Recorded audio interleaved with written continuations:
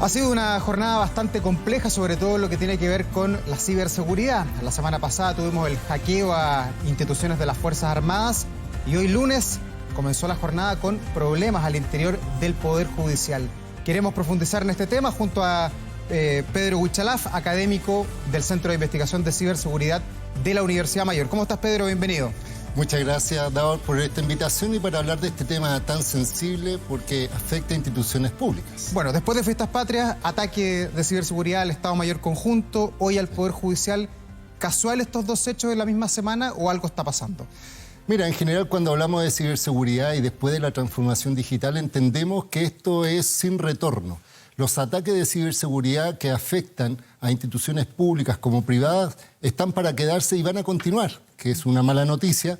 La buena noticia es que nosotros tenemos que aprender de este tipo de episodios y avanzar entendiendo que la ciberseguridad tiene un aspecto, digámoslo, de seguridad pública, es decir, de delitos cometidos durante en el país. Y otra cosa es la ciberdefensa, es decir, los intereses patrios y por tanto hay que tener mucho cuidado con ambos aspectos. Pedro, pero Chile está muy atrás, cada institución hace lo que puede, los bancos que tienen más dinero invierten, el Poder Judicial, que es parte del Estado, no invierte porque no hay presupuesto. ¿Cómo se lee esta vulnerabilidad? A ver, primero tenemos que entender que un país desarrollado, los países que están a la vanguardia en ciberseguridad, tienen políticas nacionales de estrategia de ciberseguridad, tienen agencias encargadas de ciberseguridad, existe una coordinación interministerial, pero también con otros organismos o poderes del Estado, y en Chile eso no ocurre. Esa es una de las primeras debilidades que podemos contar. Y ahí estamos súper atrasados. Estamos atrasados porque no existe una regulación que establezca, por ejemplo, una cosa básica, que es lo denominada infraestructura crítica. Es decir, hoy día da lo mismo, o los estándares de ciberseguridad que tiene las Fuerzas Armadas es la misma estándar que tiene una pyme, que tiene un negocio en una esquina, que tiene una base de datos. No existe una exigencia adicional. Y tampoco existe un organismo coordinador, ya sea unipersonal o colegiado, que establezca directrices y ordene o establezca responsabilidades, no tan solo a los delincuentes, sino que también a los administradores, a las autoridades y a los que gestionan ciberseguridad. Y en el caso, por ejemplo, del Poder Judicial, que hemos visto muchos antecedentes hoy día que han aparecido a la luz pública, se habla de software muy, pero muy antigua, sí. De alguna manera como que se las estaban regalando, se las estaban dando a los hackers que quieren atacar Chile. Sí, porque mira, piensa dos cosas. El Poder Judicial es un órgano autónomo que está jerarquizado a través de los ministros de la Corte Suprema, pero entendamos que el hackeo que ellos sufrieron, que fue un secuestro virtual de información donde hay un pago de por medio que se le exige, está afectando computadores que ellos mismos han dicho en una declaración pública, sí, que eran computadores con Windows 7, solo como referencia. El Windows 7 es un producto de Microsoft que fue lanzado en 2009 y que el año 2020, en enero, fue Microsoft que dijo ya no va más, ya no hay más actualización y por tanto tener hoy día un computador, la persona que tiene en su casa es vulnerable en peor instituciones como el Poder Judicial que administra justicia y que puede ver entorpecidos sus sistemas por este tipo de vulnerabilidades. Pedro, y me quiero tomarte tus palabras, has sido funcionario del Estado, además como subsecretario de Telecomunicaciones. ¿Quién falla ahí? ¿El Poder Judicial debió haber dicho, oye, tengo estos computadores antiguos, necesito presupuesto para actualizarlo? ¿O por ser un poder del Estado, por ser parte de la burocracia estatal de alguna manera, esto se deja al terreno de quizás quién? No, mira, yo creo que aquí lo que falla es la ausencia de capital humano, porque los recursos siempre van a ser necesarios y siempre las necesidades van a ser múltiples. Pero acá hay un principio básico y rector, la voluntad política que se denomina, eso que se determina cómo toma las decisiones. Solo como referencia, la Agencia de Ciberseguridad de Europa estableció un estándar de al menos 12 perfiles de profesionales dentro de una organización para que haya debida ciberseguridad. Estamos hablando de profesionales de ciberseguridad, de educación, de, en este caso, investigación, de verificación de antecedentes. Pero ¿qué pasa en las organizaciones chilenas? Tienen una o dos personas que cumplen los 12 perfiles y por tanto es insuficiente. Entonces, esto va más allá que simplemente el informático que se equivocó, que no actualizó, que no cambió, o el recurso mal gestionado, sino que son los tomadores de decisiones quienes tienen que entender que el modelo de negocio de cualquier organización, el activo más valioso son los datos y las decisiones van a impactar sobre la organización. Pedro, y en el caso del Poder Judicial, ¿qué es lo que se están robando? Porque uno entiende el Estado Mayor Conjunto la semana pasada que se robaron información, casi 400.000 correos que han ido apareciendo, que tienen un contenido que es importante y puede llegar a ser incluso hasta sabroso para los medios de comunicación y saber las opiniones que se tuvieron en ciertos tiempos en nuestro país, el 2019, 20 y 21. Pero en el caso del Poder Judicial, ¿qué es lo que se roban y por qué? Sí, mira, las intenciones de los delincuentes informáticos son distintas. En el caso, como tú dices, del Estado Mayor Conjunto era mostrar las vulnerabilidades de las Fuerzas Armadas y revelar comportamientos, porque estos fueron grupos activistas, es decir, una mezcla entre activismo digital, digámoslo así, y también para mostrarlo ante la ciudadanía.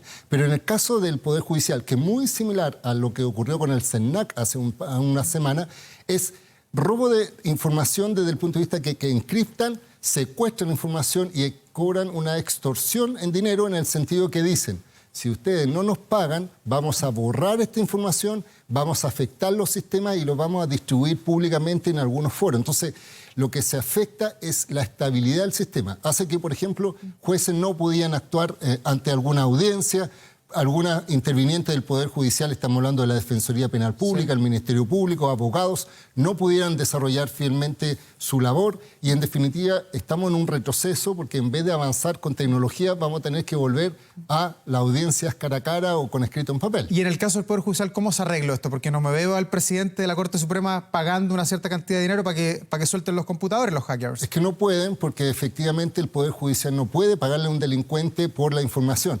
¿Qué es lo que hace la buena práctica? Que deberían tener respaldos de información periódica de tal forma de que puedan borrar la información infectada y volver a colocar la antigua. La duda es, ¿existen esos respaldos? ¿Cuál es la continuidad? Porque si los respaldos son de hace un día atrás, tenemos un día en que se pierde toda la información y eso impacta directamente a las personas que utilizan el servicio, que somos todos los chilenos. ¿Y el Estado de Chile puede hacer algo para poner barreras más altas, para poner barrotes, cerco eléctrico y todo para que no entren los hackers? Porque hoy día, claro, vemos el Estado Mayor Conjunto, vemos hoy día el Banco Falabella que tuvo problemas, hemos visto otros bancos, el CERNAC, y hay un montón de organismos públicos que quizás están ahí al acecho. Sí, mira, lamentablemente en Chile y en otros países tiene que haber una regulación, una normativa que establezca responsabilidad no tan solo al delincuente, insisto, sino que también a los administradores, de tal forma que incluso puedan ser sancionados si deliberadamente o negligentemente no establecen medidas de ciberseguridad. Hoy día en el Congreso se discute un proyecto que fue lanzado o presentado en el último día del presidente Piñera, habiendo tenido bastante tiempo para poder desarrollar este proyecto, hay que decirlo, y este proyecto se llama Marco de Ciberseguridad e Infraestructura Crítica. Personalmente yo fui al Senado invitado para dar una exposición desde el punto de vista de la docencia, pero piensa que ese proyecto está en el primer trámite constitucional. ¿Cuánto tenemos que esperar para que salga una normativa, que se crea una agencia de ciberseguridad, que establezca sanciones económicas a los organismos que no cumplan estándar o que fijen? Mientras tanto, van a continuar estas intervenciones y esperamos que obviamente se robustezca la ciberseguridad por distintas organizaciones para entender que esto afecta, insisto, no tan solo a la organización, sino al resto de los chilenos. Pedro, ¿y cómo estamos en el barrio, en América Latina? Porque uno dice, bueno, nos ha tocado a Chile 2 semanas seguidas ya, quizás que viene para la próxima semana, pero ¿cómo está América Latina, Perú, Uruguay, Argentina, nuestros países amigos, hermanos en algunos casos? Mira, esto es transversal, hay que mencionarlo. ¿Están todos malos? Digámoslo así, han sido afectados por distintos hechos. De hecho, Costa Rica hace muy poco fue afectado en la parte de Hacienda. Fue tan así que Estados Unidos ofreció una recompensa en varios millones de dólares para quien diera información de los que habían vulnerado estos sistemas. En Argentina, en el Poder Judicial particular de una de las provincias, fue afectado también este sistema. En empresas privadas también lo han hecho. Lo que ocurre es que muchas veces no se visibilizan cuando son privados porque hay un daño reputacional, no quieren mencionar, pagan y queda muy desapercibido. Ya todo piola, se pone cemento encima. El problema son las instituciones públicas donde tenemos la confianza pública, donde existen supuestamente encargados. En el caso del Estado Mayor Conjunto salió un general, pero yo creo que aquí lo más importante, más que los recursos, más que los dineros, son el capital humano. Es decir, tener técnicos profesionales capaces y que tengan un aprendizaje y una educación superior para enfrentar a especialistas. ¿Qué hay que decir? Hoy día los delincuentes informáticos generan más riqueza que el tráfico de drogas. Es decir, ganan más dinero de una forma virtual que de una forma presencial. Pedro, lo último, cortito. Para poder hacer estos hackeos, ¿se necesita que alguien de adentro de alguna manera haga algo en los computadores o esto viene todo desde el extranjero?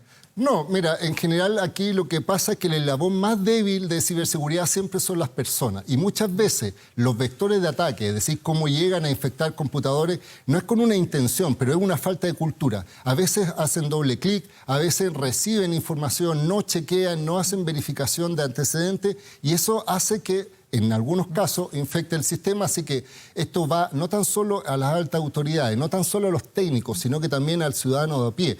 Solamente para concluir, yo siempre le digo a las personas, nuestros padres nos decían a nosotros, no hablemos con desconocidos en las calles, ahora nosotros tenemos que decirle a nuestros padres, no haga clic en cualquier enlace, no siga las noticias falsas, no comparta información que puede perjudicar sus datos personales o pueden ser estafados. No compartir los códigos del WhatsApp tampoco. Exactamente, porque te hackean el WhatsApp y después hay suplantación de identidad, hay robo de credenciales, hay robo de dinero. Así que ese mínimo consejo al menos da pie para tener una cultura de ciberseguridad. Pedro Huichalaf, muchas gracias por acompañarnos hasta ahora. Muchas gracias a ustedes. Que estén muy bien. Y nosotros vamos a la pausa, ya volvemos con más. No se vaya. Ya volvemos con Medianoche.